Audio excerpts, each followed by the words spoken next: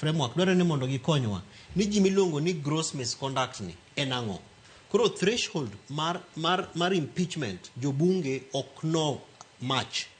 Out of the 11 counts manende ochwal e nyim Mheshimiwa Gachagua kuomaki an through gik maseneno katimre Kenya ka asesomo katiba ni tasenyaka ng'iyo opportunity mar institutions ma wanyalo luongo ni constitutional institutions kaka EACC, National Cohesion and Integration Commission. Okapar ni bunge no paro ni gitiyo tich moripo bed ni gitiyo mago dho ngere wanyalo luongo ni ultra vires. Omiyo in terms of their house authority and independence to ne gitimo tijgi in terms of the expectation mar katiba, but authority kaka nende jopiny expect ni mondo gikonywa establishing precedents mar impeachment to kapar ni agitiyo tich malongo. Kiwuok e od bura mamalo, bura ne ochomo nyaka Senate. Ka gimotimore kar kae od bura mamalo ni wanokodhi nuore e Senate.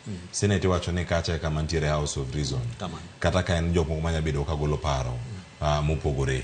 Gachagua dhi dwaro mondo mi ogole e apis, ombulu dhi bedo mana ma ok tin e 45 mano kama tin mogik, kaito kuom senators duto maromo 60 kod